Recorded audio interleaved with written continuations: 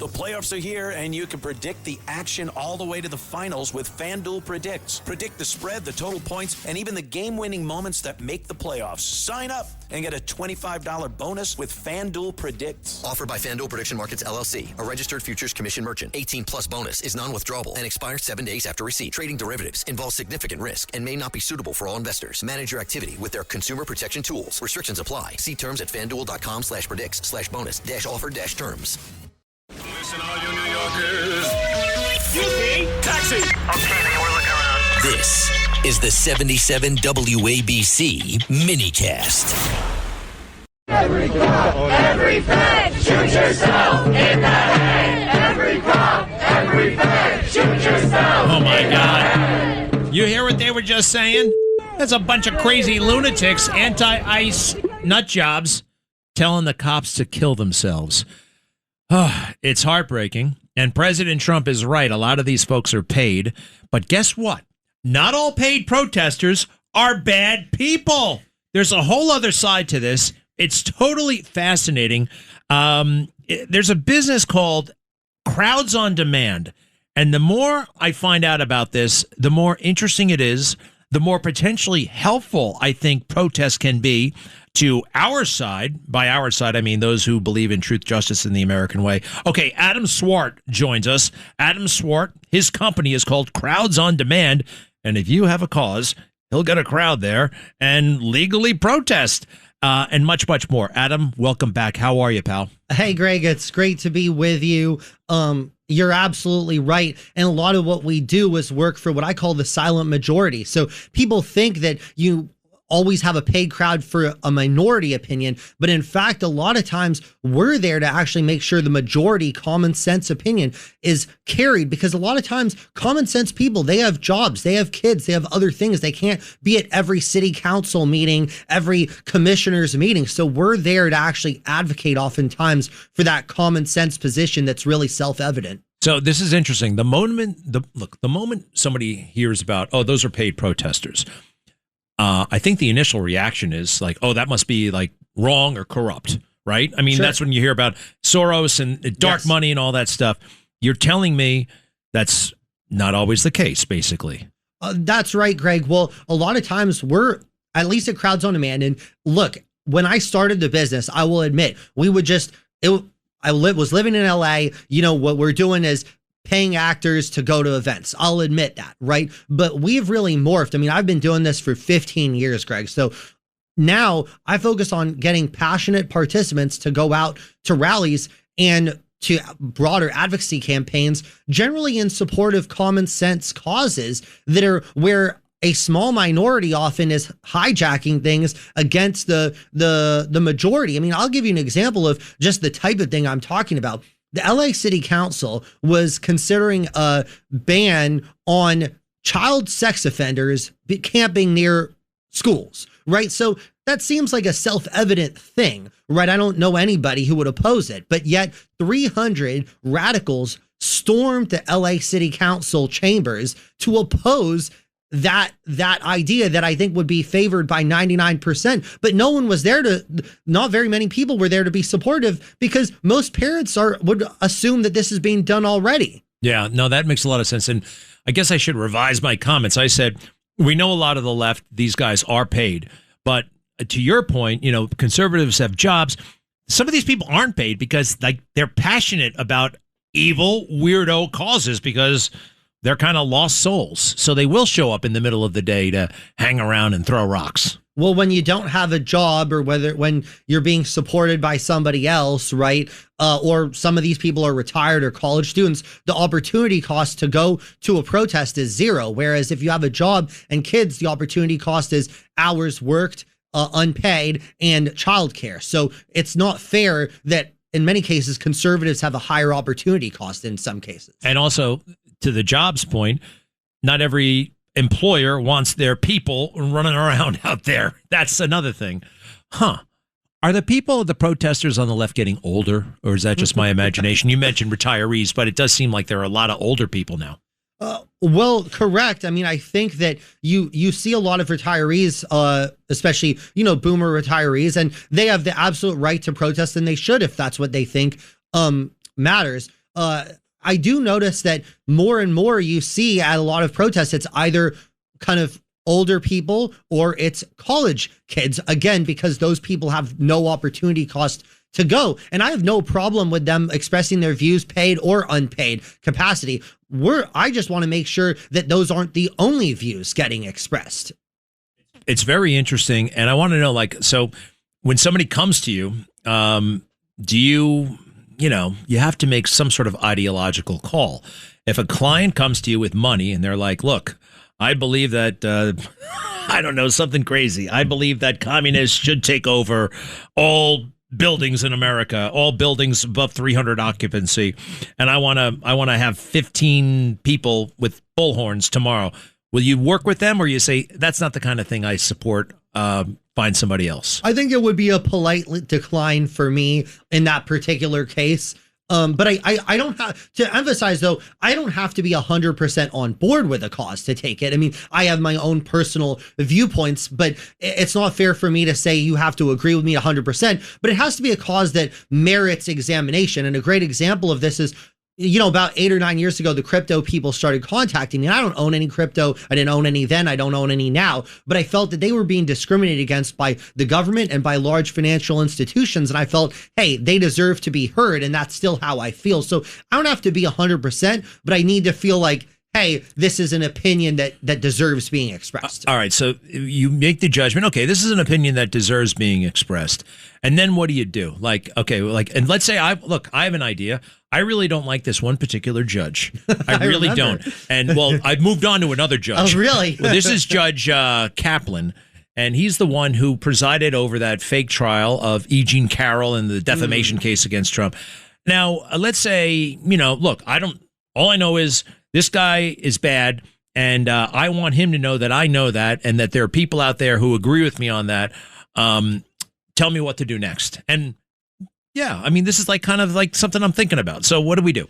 Well, sure. I mean, in this case, right, you're talking about a judge, which is, I would say, number one, one challenge with a judge is they don't have political pressures necessarily because they've, in many cases, been given a lifetime appointment, right? So to the extent that it's a lifetime appointment, then the focus is more being at the courthouse and letting them know, but also to let those who are making additional appointments know we don't want anyone like him around because this is not a fair person. So, and maybe I would say, Greg, I would actually go after the people, to the extent it's a lifetime appointment, to the people who supported this person's appointment in the first place. Well, but that's he got appointed by Bill Clinton. Right. And okay. I want him to know that I know he's a rotten judge.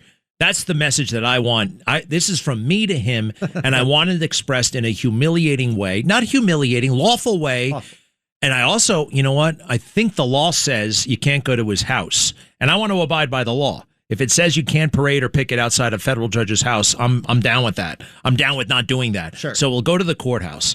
Now, tell me, what is it going to run me? How does it work now? Well, do I have to order signs? Do you order the signs? And I'll tell you, Greg, even more effective than the courthouse in some cases. Sometimes you have to find, okay, maybe they have a country club. Maybe they have this type of thing. Now we're talking. So Greg, I always try to look at asymmetric, right? So oftentimes we're working for the less powerful side on the more powerful side. But what we can do is use the First Amendment power to be asymmetric. So, if we're outside, he's a member of, let's just say, some ultra exclusive club in New York City, right? We could be outside that club with protesters. So you said humiliating. Hey, we're not putting him in any risk whatsoever, nor do we want to. We're following the law. But now every single person entering that club is going to see that, hey, there's protesters. And ideally, you have something more than you don't agree with just this decision, but maybe you have a whole list of decisions where this guy's been unjust. It's wild.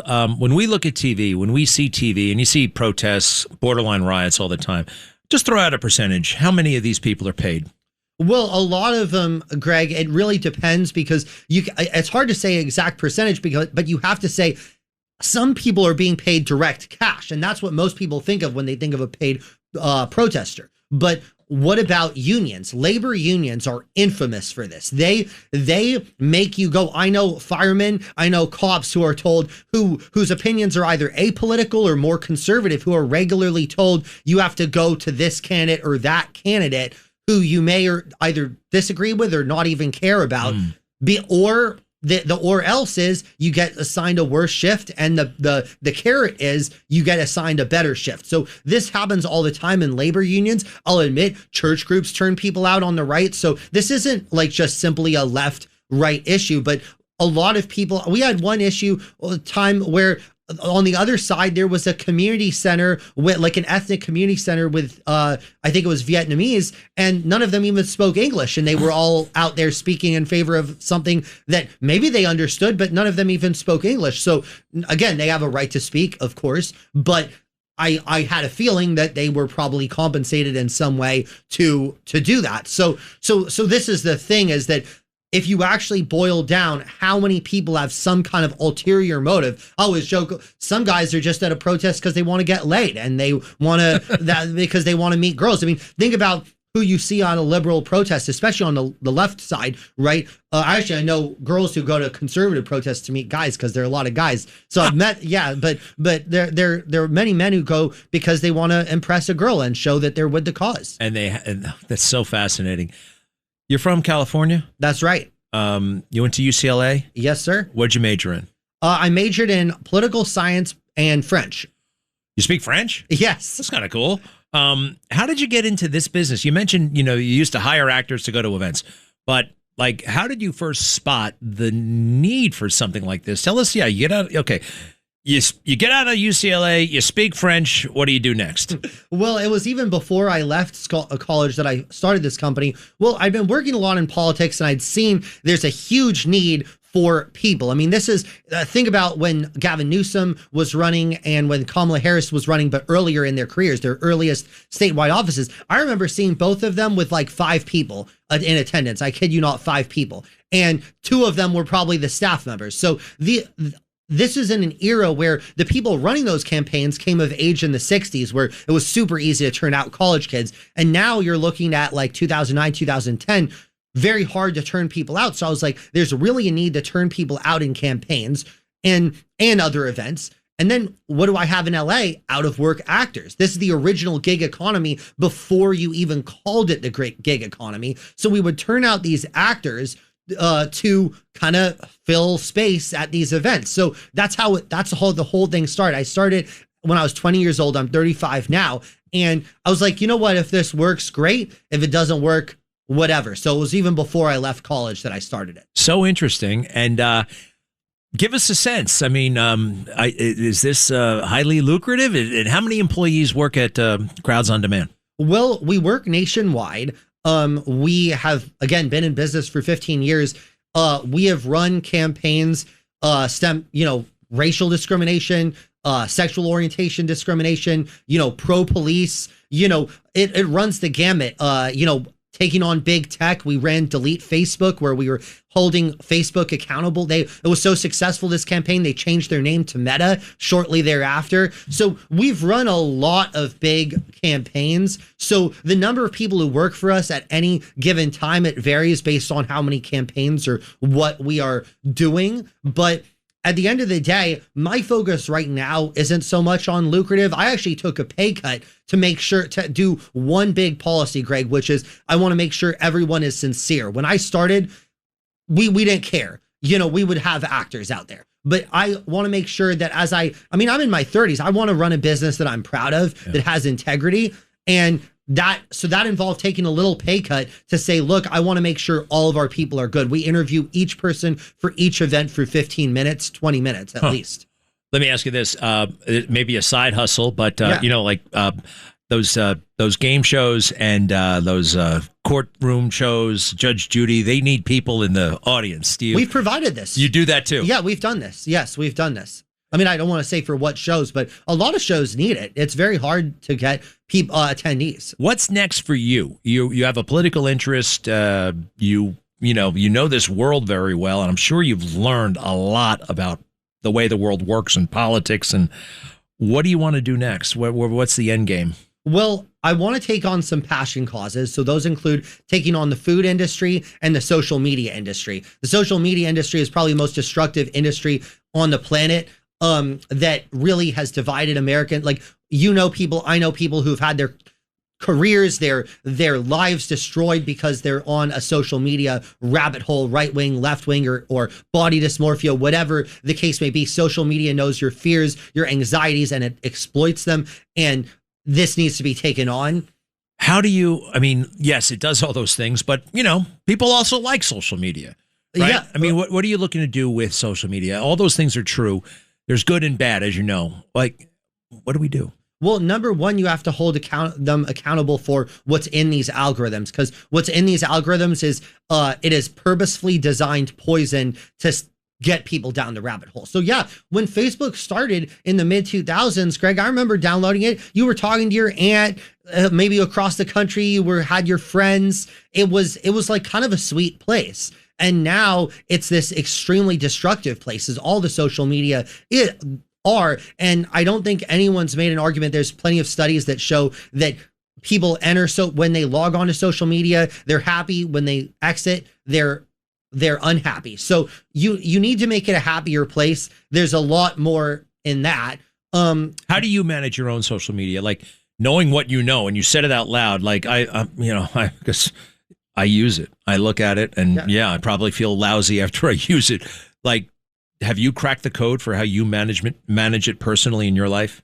Yeah, well, I'm on Twitter. I left Facebook about 12 years ago because I felt that it was making me unhappy to be on there, and I didn't see a reason to be on there. I'm on Twitter sometimes, but I try to limit how much I scroll and how much I post, and really kind of limit my exposure. I mean, it's different for you, Greg, because you're actually a big media personality, and you have, a ton of people who are very eager to hear what you say. So it's understandable that you would spend time on social media. But for your average person whose people are not eager to hear what they say, just enjoy, focus on your family, focus on your friends. Like, that's my advice. And use social media as a tool, but don't let social media use you as a tool. Adam Swart, crowdsondemand.com. Stay with us, okay? Sure. Be right back. All right, we are back, and just a fascinating public service, I think, Adam Swart is providing. SWART, crowdsondemand.com. SWART, what kind of name is that? It is Dutch. It means black in Dutch. How about that? And business is booming. It's good. It's good. As I said, I took a pay cut so that I could focus on things that matter a little bit more. Let me ask you this. Can you do me a favor, Carlos, where they're saying those awful things to our friends in ICE, Immigration's Customs Enforcement, actually kind of urging them to, what again? Shoot themselves? Go ahead, please. Yes. Every cop, every fed, shoot yourself in the head. It's disgusting, and obviously it's damaging to the cause. Who do you think those people are, and why would they say such a thing? Well, we were talking about social media earlier, I think, so in addition to kind of the component that maybe these people are paid radicals, I think at minimum they've been radicalized, whether paid or unpaid, by social media. Because, like, think about, would you ever tell someone in person to do that? Would you ever say something so vile? Like, I know plenty of people spanning from the far MAGA to the far left, and I don't know anyone who would ever tell someone that they know to do such a horrible thing. And most people actually know people who have done that. And unfortunately, so it's just so tragic. I honestly feel bad for them that they would have that hate in their heart, that they would want that.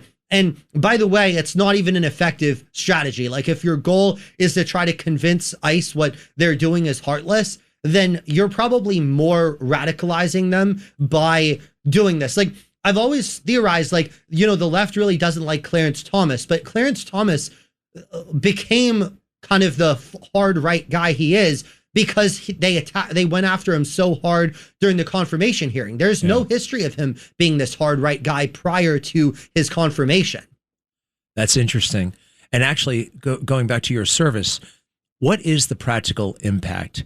I'm sure sometimes there's sometimes maybe not. And sometimes somebody just feels good, a customer feels good about getting their message out. Do you track that? Well, I mean, I can track it both in terms of, hey, the customer can feel good, but also in terms of policy. I mean, there was a policy where a lot of large life insurance companies were going to discriminate against the LGBT community using a back door of whether they took this anti-AIDS drug and then basically deny them coverage on life insurance. So we did a campaign to put an end to that practice, and that practice was ended, right? That's a victory, right? You know, when we have kind of advocated against some of the bogus defund the police policies across the country, which we have, right? And the police has been given more funding. It's had that victory. So you can do it. And people, I always tell people, Greg, people can do it in their own lives. My one advice, figure out what you want, figure out who can get you there, and figure out how to persuade them. I love it. Adam Swart, crowdsondemand.com. Thank you, sir. To be continued. All the Thanks, best. Greg.